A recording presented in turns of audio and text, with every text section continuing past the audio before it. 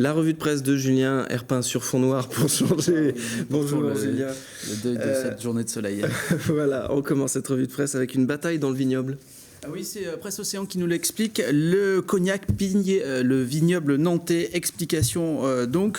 Il s'agit en fait de vignerons de l'appellation cognac qui de plus en plus ces derniers temps rachètent des vignes.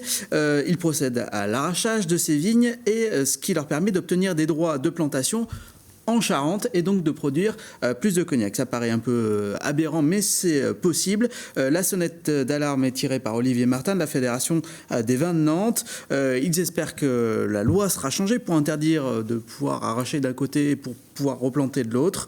Ils s'inquiètent parce que tout ça peut avoir des risques sur l'appellation, sans compter que ces arrachages se font dans des conditions qui sont parfois troubles, notamment avec des vignes qui sont brûlées avec de l'essence et avec des pneus.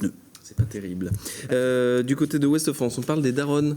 Oui, les daronnes, ce sont les mamans, c'est comme ça qu'on appelle parfois les mamans. Et les daronnes, mère courage des quartiers, c'est ce que nous explique Presse Ouest-France aujourd'hui, avec un joli article consacré à un documentaire de Boudera Azouz qui sera diffusé jeudi à la Maison des Arts. Et pour en parler, pour évoquer ce thème des mamans, la parole est donnée à Yamna Chira, adjointe à l'égalité des droits à la mairie de Saint-Herblain, qui nous parle de sa maman qui est arrivée avec elle, c'était en 1977, en provenance du Maroc.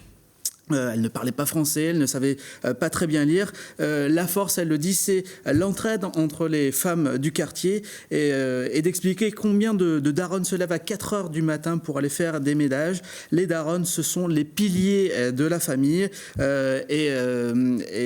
Yamna Chira qui conclut en disant « Madame Ron s'appelle Oulia, ça signifie liberté ». C'est un très bel article à lire aujourd'hui dans Ouest-France. Et on revient sur Presse Océan qui nous parle du chiffre du jour. Et le chiffre du jour, c'est 1400 tonnes. 1400 tonnes comme le petit régime que va faire le pont de Thoiré, allégé de 1400 tonnes. Alors comment vont-ils faire, me direz-vous ? Eh bien, tout simplement en changeant le tablier actuel et en le remplaçant par du béton fibré. Il y a urgence parce qu'il menace de s'effondrer quasiment à n'importe quel moment.